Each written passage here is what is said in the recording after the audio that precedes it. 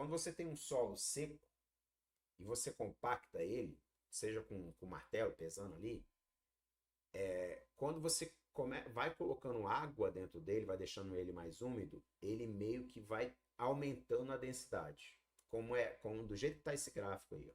Ele vai aumentando a densidade, ele chega numa densidade máxima. Só que depois de uma densidade máxima, ele começa a cair a densidade.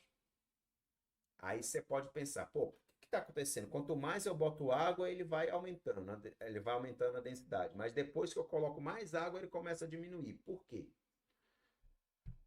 Primeiro que nessa primeira parte da curva aqui, que é a curva de subida, a água ela funciona como se fosse um lubrificante, ajudando com que as partículas de solo elas procurem os interstícios, né, os vazios, e fiquem cada vez mais compactadas. Então, no começo, a água ela age como se fosse um lubrificante, melhorando a capacidade de compactação do solo.